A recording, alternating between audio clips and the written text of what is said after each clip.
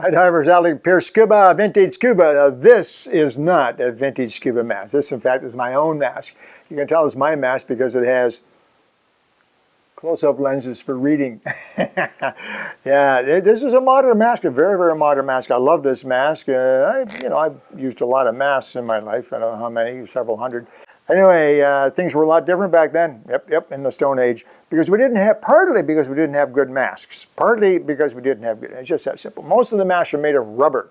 In fact, I have here an example. If you go back to my videos, you will find an episode featuring the Sturgill Mask, one of the very first masks ever made. It's hard to call it a production mask because they were only made by Charlie Sturgill, only made by him, for members of the Bottom Scratchers Club in California, and he made them out of fire hose. I know, Kevin, if you can see how thick this rubber is out here, you can see this is actually a piece of fire hose. The canvas outer layer that gave the rubber strength under pressure has been taken off, so now we just have the rubber. But that rubber's got to be a good quarter of an inch thick. And it comes straight back, because it's a piece of hose that was cut off, yeah. But Charlie would shave this. He would shape the edge, you see, till it matched your face pretty well. So it was individual. It was for the diver's face it was made for. It sticks to mine, but only if I suck pretty hard, and that hurts. So this was actually shaped to the diver's face. If this was your mask made by Charlie, you put it on, and it fits your face pretty well. But there's no give to it. There's no purge valve. There's no knobs for your fingers for equalizing. There's certainly no lenses or anything in here, and it's pretty basic, pretty crude. I hate to say that for a mask that's quite valuable, because there's only a few of these left in the world today, out of maybe 30 or 40 that were made. But there were lots of copies. This is a production copy of that mask. This is a Voit, one of the famous Voit blue rubber masks. There were dozens and dozens of these around. One of these was used in Sea Hunt. If you see my Sea Hunt playlist, we talk about the famous B4 mask that Mike Nelson wore. This is very, very similar.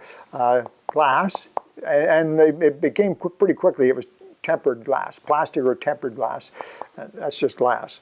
But this is, I think this is tempered glass. It doesn't say so, it should. And then a rubber skirt. Okay, very similar to the Sturgill Mask, you see. But the difference is that this rubber is fairly thin, so it's pretty flexible. So it would fit a variety of faces. You could actually bend it out and make it fit your face. It was fairly flexible, so it sealed maybe a little bit better and sealed on more faces, which has got to be pretty handy if you're trying to sell masks, right? Pretty hard to sell a mask, only fit one face. And then the whole thing was held together. And it's a pretty typical mask from that era. And now here's another one, very similar, very similar. This has a plastic lens, single strap, single seal. There's no double seal in here. Just a piece of rubber you just come out and flap against your face. And but this one does have a purge valve, a very simple little valve in there. Still works too. Air comes out of that when you blow out.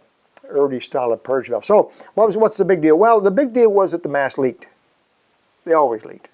It wasn't a matter of if you had a really good mask, it wouldn't leak. No, it never happened. No matter what mask you had. You could buy the most expensive mask. You could go out and you could spend $19 for the most expensive mask for sale in the 60s. It would leak. Didn't matter. Some divers were lucky, and maybe they had a nice big round face with lots of flesh on it, so when they put the mask on, it sealed pretty well.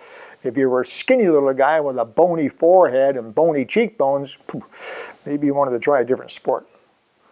But no, the bottom line is that the masks always leak. Very, very common for divers and to swim around with an inch, 2 inches, 3 inches, 4 inches of water in their mask. Very, very common. So how did we handle that? Well, first of all, it was uncomfortable. So I don't know if you ever had the wonderful experience of having a ½ an inch or an inch of salt water in your mask through a dive. Not a whole lot of fun.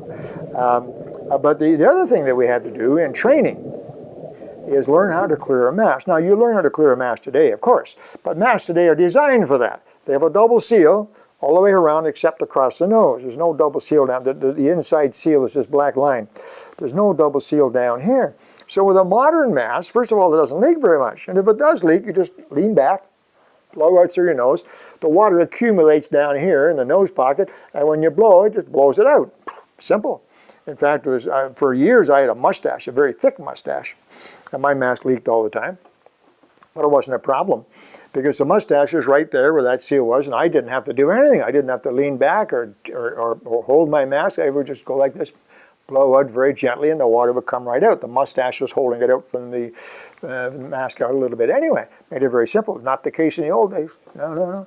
In the old days, you wanted to clear your mask. It was a bit of a maneuver.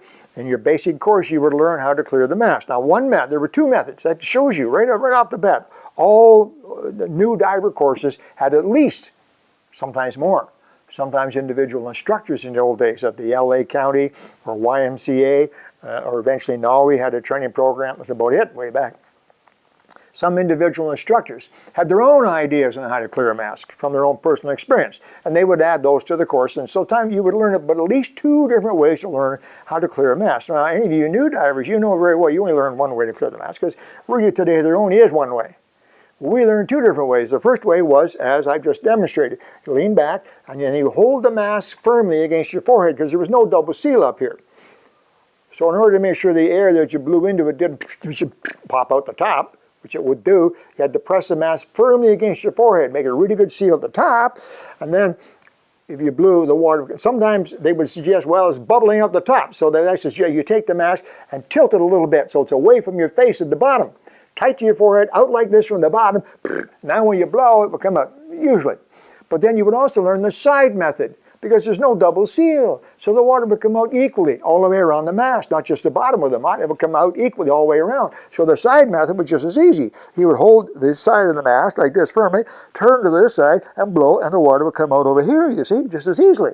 And every scuba diving course had at least two different methods, side method, tip back method, and other different methods. You had to have that. And then eventually, not eventually, but fairly quickly, because this was a common problem, masks started to get purge valves.